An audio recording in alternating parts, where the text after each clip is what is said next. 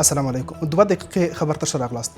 د لوړ زده کړو وزیر وايي اسلامي امارت د علم او پوهې په ډګر کې له نړۍ سره د سیال کېدو هوډ لري. د لوړ زده کړو وزیر شیخ ندیم محمد ندیم د مسلک او مهارت تر عنوان لاندې جوړ شوي کنفرانس کې ویلي چې له امنیت پرته په هیڅ ټولنه کې د علم زده کړه او پرمختګ شونی نه دی. ښاغلي ندیم ویلي چې اسلامي امارت په افغانستان کې دا مهال امنیت ټینګ کړی او هوډ لري څو د علم او پوهې په ډګر کې له نړۍ سره سیالي وکړي. شیخ عبدالحکیم شرعي وایي موږ مکلف یو چې د دین او نظام تقدس وساتو. د اسلامي امارت عدلیې وزیر شیخ عبدالحکیم شرعي د مسؤلینو پر اصلاح ټینګار کوي او ټینګار کړی چې مسؤلینو د دین، نظام، علم او مدرسې د تقدس پر ساتنې مکلف دي. ښاغلي شرعي وایي که له موږ تېروتنه وسي هر څه به بې حیثیته سي.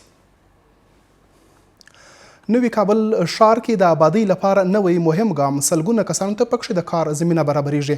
د کور او ښار جوړولو وزارت خبر ورکړی چې د یاد وزارت وزیر مولوي نجیب الله حیات حقانی د نوي کابل ښار اړوند د پراختیا ورکوونکو شرکتونو له ځینو مسؤلینو سره په کتنه کې د رسول مسیر پراختیا ورکوونکي شرکت تفصیلي پلان منلی چې له هر اړخیز تخنیکي ارزونې وروسته ورته د عملي کار رسمي اجازه ورکول سوې ده.